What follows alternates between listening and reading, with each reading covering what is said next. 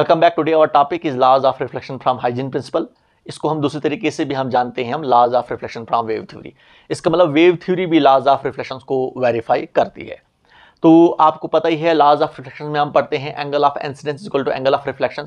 तो उसी को अभी हम वेरीफाई करेंगे इस टॉपिक में। एंगल ऑफ इंसिडेंस हमारे पास जब एंगल ऑफ रिफ्लेक्शंस के इक्वल आएगा तो इसका मतलब wave theory laws of reflection को ओबे करती है। और यहाँ पर हम यूज करते हैं वही हाइजीन प्रिंसिपल की हेल्प से हम लॉज ऑफ रिफ्लेक्शन को वेरीफाई करते हैं। तो देखिए यहाँ पर मैंने ऑलरेडी यहाँ पर बना कर रखा है। जैसे आपके पास ए बी, आपके पास एक प्लेन वेव फ्रंट है, यहाँ पर आपको नजर आ रहा है, ये आपके पास ए बी एक प्लेन वेव फ्रंट है।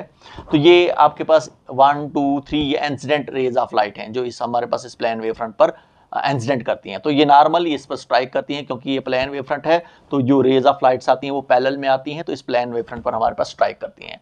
और स्ट्राइक करने के बाद हमारे पास आपको पता ही है प्लेन वेव फ्रंट है ए बी। तो जब ये प्लेन वेव फ्रंट इस प्लेन मिरर पर एम एम डैश पर जब स्ट्राइक करेगा, ऐसे स्ट्राइक करेगा तो ऐसे रिफ्लेक्ट बैक हो जाएगा, समझे आप।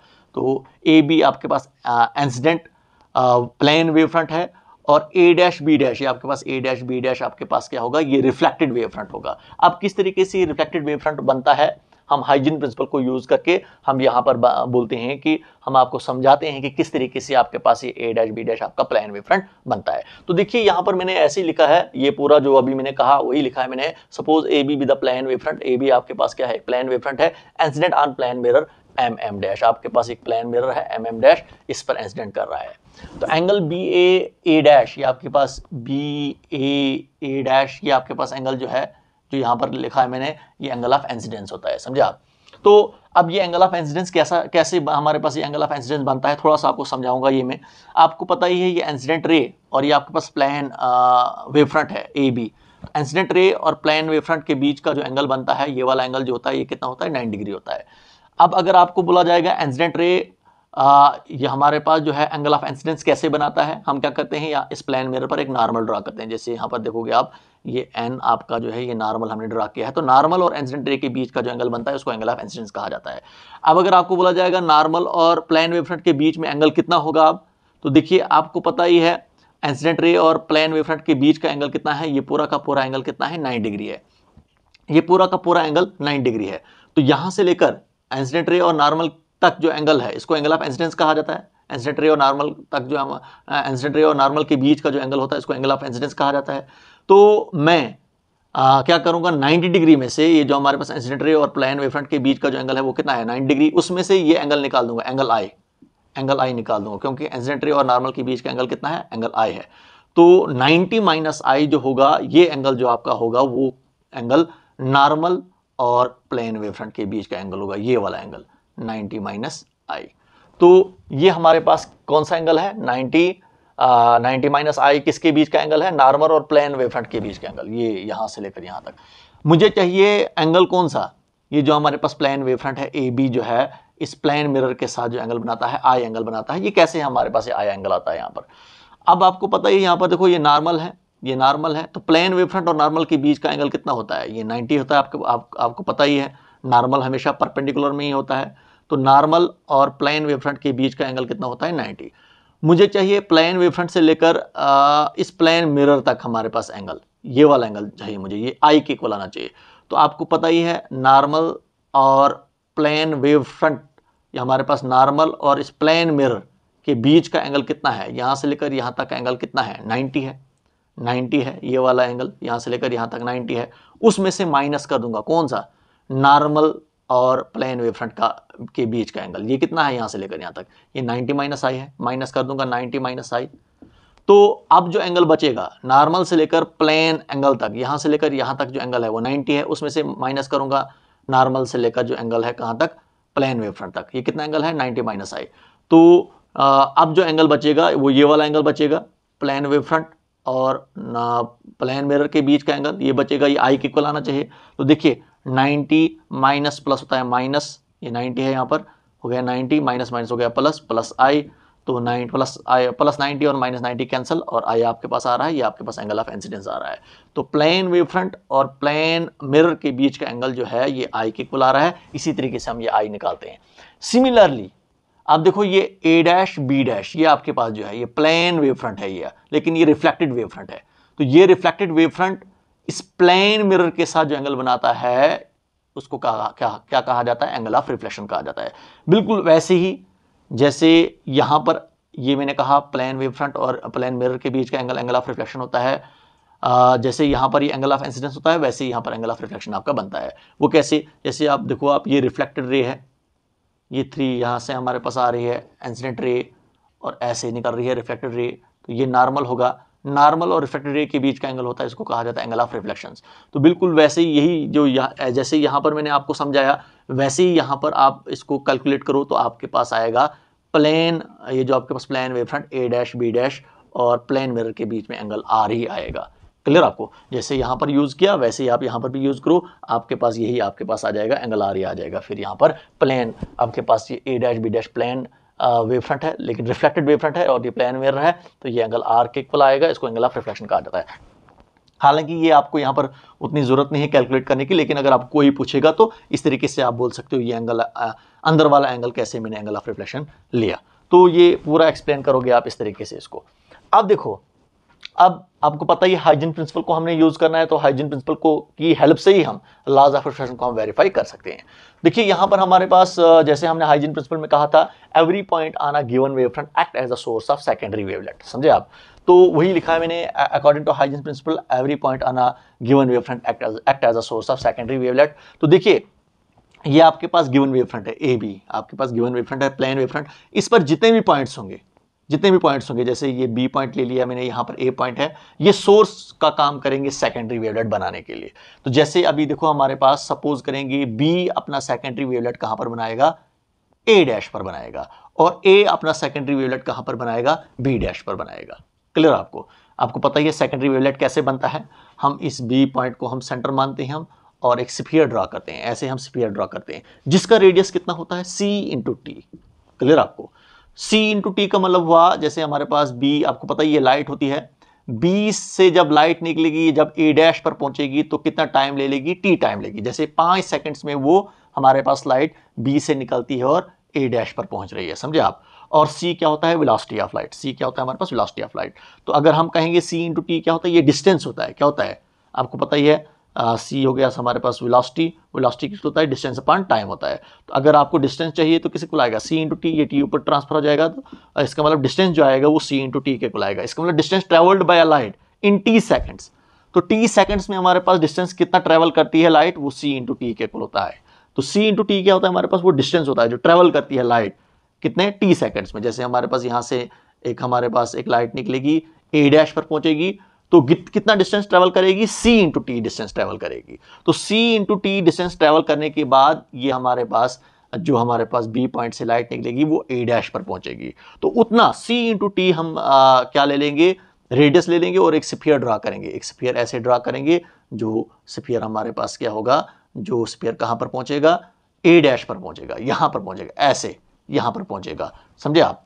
तो उसको क्या कहा जाता है? उसको सेकेंडरी वेवलेट कहा जाता है। इसी तरीके से जैसे हमारे पास ये इंसिडेंट रे है और ये पॉइंट ले लिया हमने, ए पॉइंट ले लिया, ए पॉइंट हमारे पास इसीलिए इसी पर हमारे पास प्राइमरी वेव फ्रंट का ये पॉइंट है हमारे पास, ए पॉइंट। तो ये ए पॉइंट अपना सेकेंडरी वेवलेट कहां पर बनाता है? बी डैश पर बनाता है। बी ए डैश पर बनाता है और ए बी डैश पर बनाता है। तो कैसे? हम बी पॉइंट ए पॉइंट को सेंटर मानते हैं और एक स्फीयर ड्रा करते हैं जिसका रेडियस इतना ही होगा, सी इंटू टी के इक्वल होगा, समझे आप?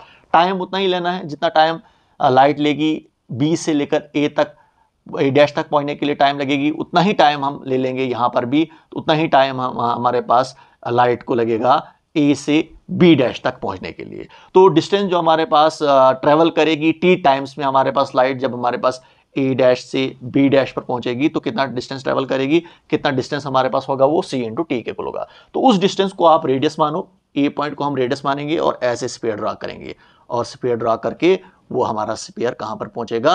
बी डैश पर पहुंचेगा। और ए का सेकेंडरी वेवलेट कहां पर पहुंच रहा है? बी डैश पर पहुंच रहा है। और बी का सेकेंडरी वेवलेट कहां पर पहुंच रहा है? ए डैश पर पहुंच रहा है। तो हमारे पास स्फीयर बनेंगे। फिर हम उन स्फीयर्स पर क्या करते हैं? एक टेंजेंट ड्रा करते हैं। ये आपको पता ही है क्योंकि आपने हाइजीन प्रिंसिपल पढ़ा होगा। पहले हाइजीन प्रिंसिपल को अच्छे तरीके से पढ़ें आप, समझे आप उसको जो मैंने आपको पढ़ाया है। तो यहां पर ऐसे हमारे पास स्फीयर होगा, यहां पर भी ऐसे स्फीयर होगा, तो उस स्फीयर पर टेंजेंट ड्रा करते हैं। तो ये ए डैश बी डैश हमारा एक टेंजेंट होगा, और ये टेंजेंट हमारे पास ए डैश बी डैश, हमारे पास ये टेंजेंट है, इसी को कहा जाता है, ये हमारा सेकेंडरी वेव फ्रंट होगा। समझे आप?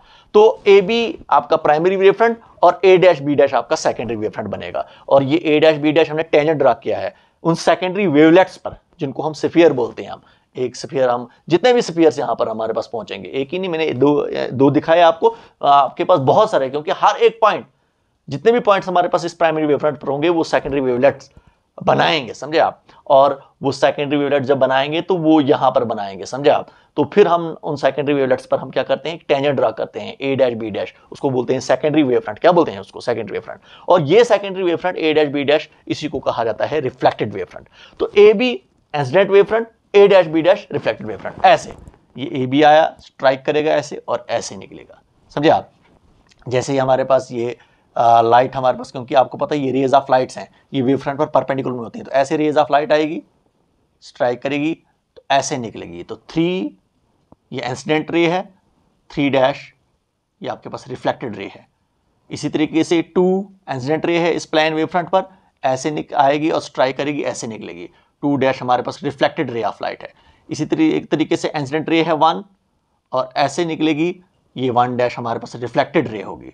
तो ये 1 डैश 2 डैश 3 डैश ये रिफ्लेक्टेड रेज हैं। समझे आप? जो इस प्लेन रिफ्लेक्टेड मिरर रिफ्लेक्टेड हमारे पास वेव फ्रंट पर ए डैश बी डैश आपके पास क्या है, रिफ्लेक्टेड वेव फ्रंट है, प्लेन वेव फ्रंट है, प्लेन रिफ्लेक्टेड वेव फ्रंट है। तो इस पर हमारे पास 1 डैश 2 डैश 3 डैश ये हमारे पास रिफ्लेक्टेड रेज हैं और नॉर्मल है, परपेंडिकुलर में हमारे पास ये भी हैं। जैसे ये परपेंडिकुलर में है, इसी तरीके से ये परपेंडिकुलर में निकलेंगी। तो ये इंसिडेंट और ये हमारे पास रिफ्लेक्टेड। क्लियर आपको? तो इस तरीके से हमारे पास ये बनता है, आपका क्या बनता है, ये आपका इंसिडेंट वेव फ्रंट और ये आपका गया रिफ्लेक्टेड वेव फ्रंट। तो वही लिखा है मैंने, suppose secondary wavelet from point B reach point A dash in time T.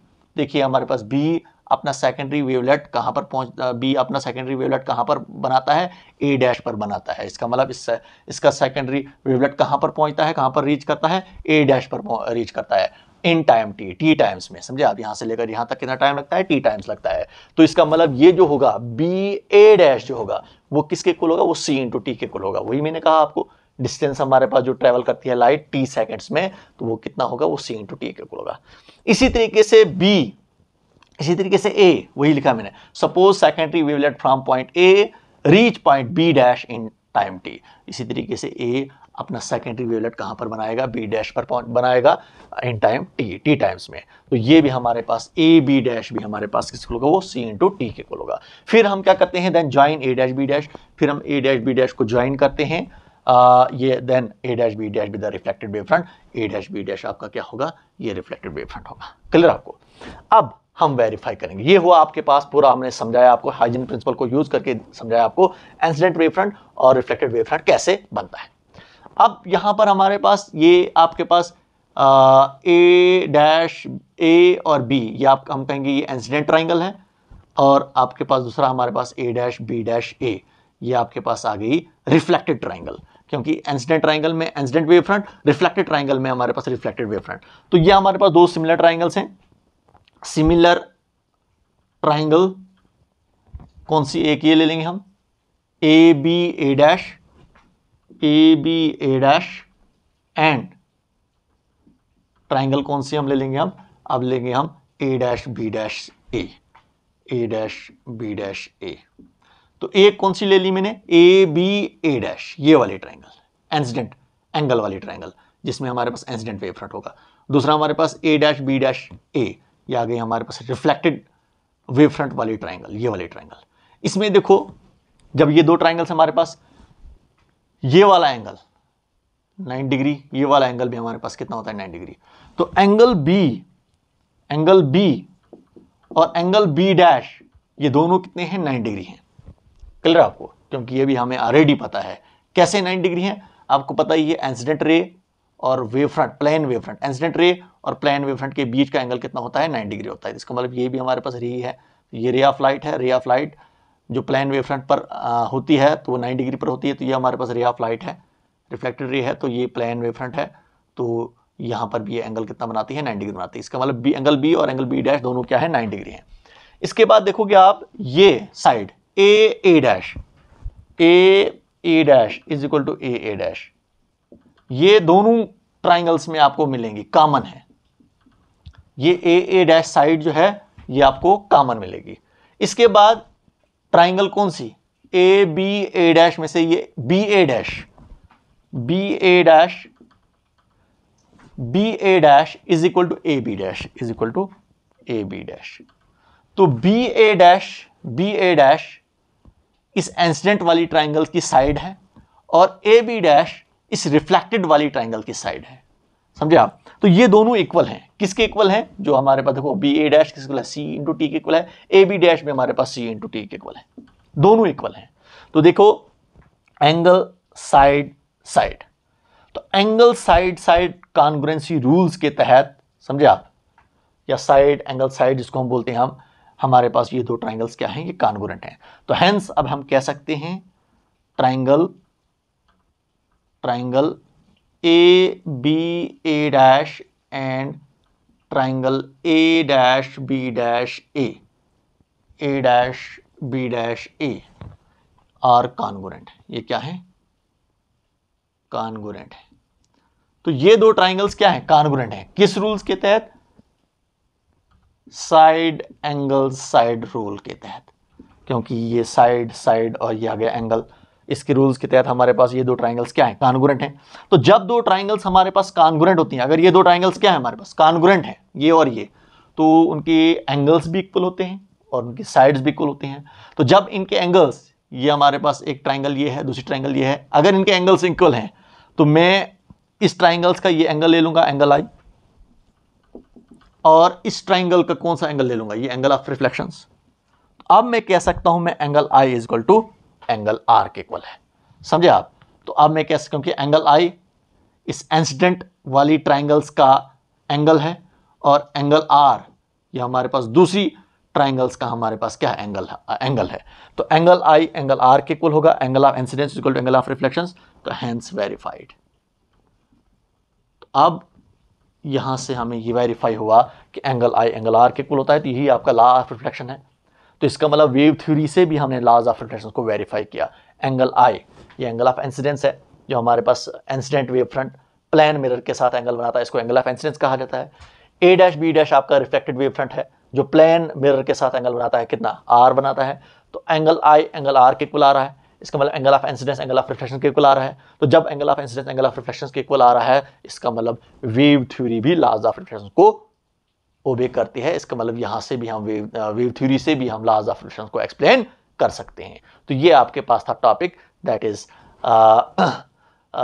Reflections from wave theory.